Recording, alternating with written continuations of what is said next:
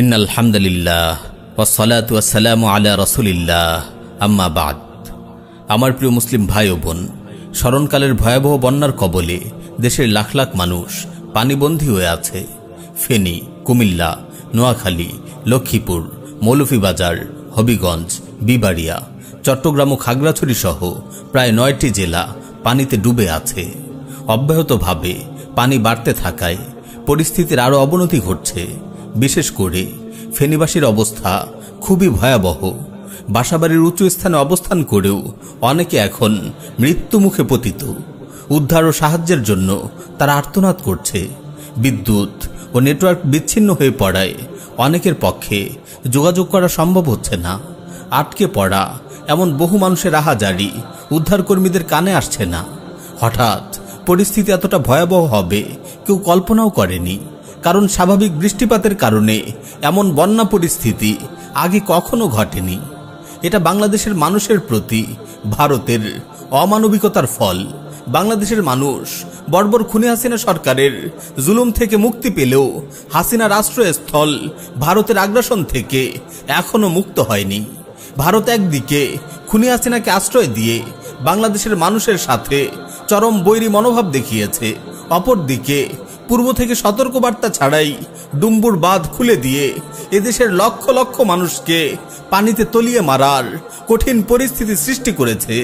বাংলাদেশের মানুষের উপর ভারতের এই পানি আগ্রাসন বহু বছরের। চাষাবাদের জন্য বাংলাদেশের মানুষের যখন পানির প্রয়োজন পড়ে তখন ভারত ন্যায্য পানির হিস্সা থেকে এদেশের মানুষকে বঞ্চিত করে। আর বর্ষাকালে যখন নদী নালা, খাল বিল সব পানিতে থই থই করে তখনই ভারত নদীর বাঁধগুলো খুলে দেয় যেন এদেশের মানুষ পানিতে ডুবে মরে। বাংলাদেশের জনগণের প্রতি ভারতের মানুষ সবসময় বিদ্বেষমূলক আচরণই করে। বাংলাদেশের মানুষ যখন বন্যা দুর্গতদের উদ্ধার কাজে চেষ্টা চালিয়ে যাচ্ছে, বর্বর ভারতীয় মিডিয়া তখন বাংলাদেশের এই কঠিন পরিস্থিতি নিয়ে উপহাস করছে। তারা বোঝাতে চাচ্ছে তাদের দাদাগিরি মেনে অনুগত না হলে পরিণতি এমনই হবে। আমরাও ভারতকে বলে দিতে চাই, তোমাদের মতো গোপূজারী কাপুরুষদের বাংলার মুসলিমরা সমীহ করে চলবে না। আমরা ভালো করেই জানি মুশরিকরা মুসলিমদের প্রতি কতটা বিদ্বেষ ও শত্রুতা পোষণ করে। আমাদের মহান রব আমাদের জানিয়ে দিয়েছেন, লাতাজিদান্না আশাদ্দান নাসি আদাওয়াতাল লিল্লাযিনা আমানু আল ইয়াহুদা ওয়াল্লাযিনা আশরাকু। আপনি সব মানুষের চাইতে মুসলিমদের অধিক শত্রু ইহুদি ও মুশরিকদের পাবেন।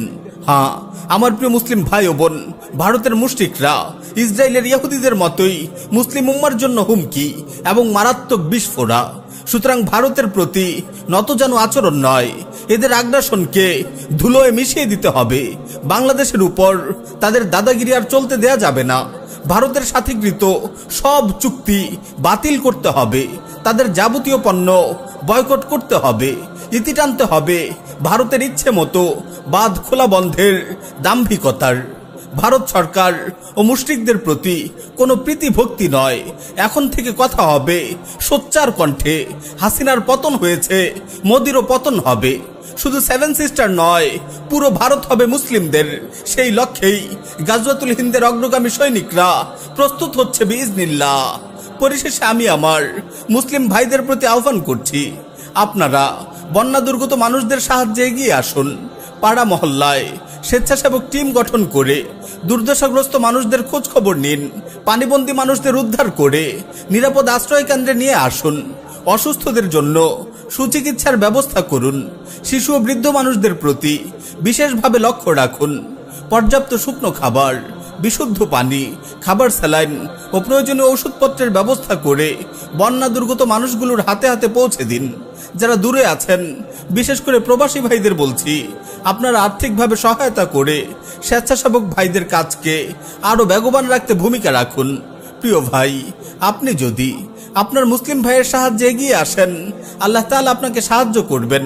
হাদিস শরীফে রাসূল সাল্লাল্লাহু আলাইহি ওয়াসাল্লাম বলেছেন, ওয়াল্লাহু ফি আউনিল আবদি মা কানাল আবদু ফি আউনি আখিহি। বান্দা যতক্ষণ তার ভাইয়ের সহযোগিতায় আত্মনিয়োগ করে, আল্লাহ ততক্ষণ তার সহযোগিতা করতে থাকেন। সর্বোপরি সবাই আল্লাহ সুবহানাহু ওয়া তাআলার নিকট দোয়া জারি রাখুন। আল্লাহ যেন এই কঠিন পরিস্থিতি থেকে বন্যা দুর্গত মানুষদের হেফাজত করেন। আমিন ইয়া রাব্বাল আলামিন।